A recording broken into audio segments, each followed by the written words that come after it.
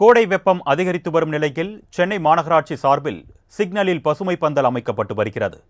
இதுகுறித்த கூடுதல் விவரங்களை சென்னை எழும்பூரில் இருந்து எமது செய்தியாளர் ராஜேஷ் நேரலையில் தகவல்களை தர காத்திருக்கிறார்.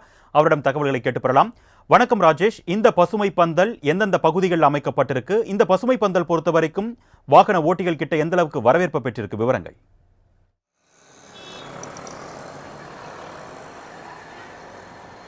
தமிழகத்தை பொறுத்த வரைக்கும் அக்னி நட்சத்திரம் என சொல்லப்படக்கூடிய கத்திரி வெயில் தற்பொழுதுதான் தொடங்கி இருக்கிறது.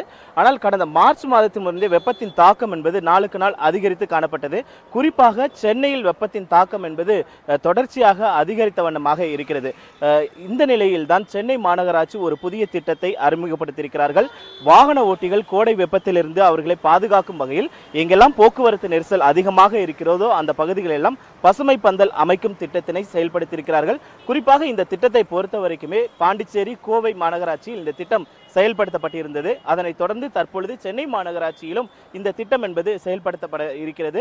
முதற்கட்டமாக 10 இடங்களில் இந்த பசுமை பந்தல்கள் அமைக்கும் பணியினை சென்னை மாநகராட்சி மேற்கொண்டிருக்கிறது. நம்மிடையே சென்னை மாநகராட்சியை சேர்ந்த அதிகாரி நம்ம இடத்தில் இருக்கிறார். அவரிடத்தில் கேட்கலாம். மேம், எதனால இந்த பசுமை பந்தல் எதற்காக அமைக்கிறோம்? இது அதிகரித்து வர வெப்பம் காரணமாக ஜனங்க நம்ம சிக்னலில் எந்த கஷ்டமும் படக்கூடாது, ஹீட் டைரெக்டாக அவங்களை அஃபெக்ட் பண்ணக்கூடாதுன்றதுக்காக ஆணையர் மற்றும் சிஎஸ் அவர்களின் ஆணைக்கு இணங்க நம்ம இதை அமைச்சிருக்கோம். சன்ஷேட் ப்ராப்பர் ஸ்ட்ரக்சர் மூலமாக அமைச்சிருக்கோம்.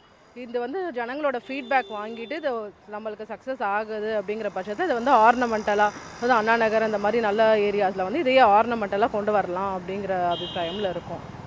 முதற்கட்டமாக எத்தனை பகுதிகளில் இதை அமைக்க திட்டமிட்டிருக்கும்? நம்ம சென்னை மாநகராட்சியில் இப்போ 7 இடங்களில் அமைக்க இருக்கும். இப்போ இன்னைக்கு ரிப்பன் பில்டிங்கோட அந்த ராஜா முத்தையா சாலையிலையும் இந்த இடத்துலையும் அமைச்சிருக்கோம்.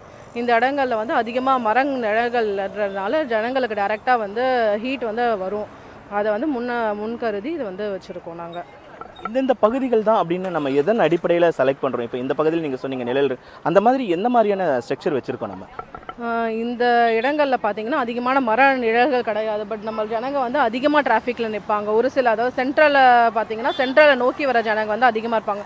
இப்போ எக்மோ ஸ்டேஷனை நோக்கி வர ஜனங்க அதிகமாக இருப்பாங்க. ஸோ டிராஃபிக் அட்ராக்ஷன் எங்கே அதிகமாக இருக்குது, அங்கே ஷேடும் இல்லை அப்படிங்கிற அந்த 2 விஷயத்தங்களை கருதி இப்போ முதல்ல 7 லொக்கேஷன்ஸை ஃபைனலைஸ் பண்ணியிருக்கோம். அதோட ஃபீட்பேக் வாங்கினதுக்கப்புறம் ஃபர்தர் நாங்கள் ப்ரொசீட் பண்ணலான் இருக்கோம்.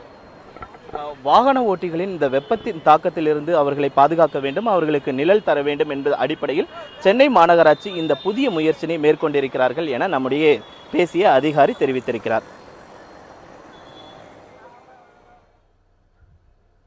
கள நிலவரங்களுக்கு நன்றி ராஜேஷ்.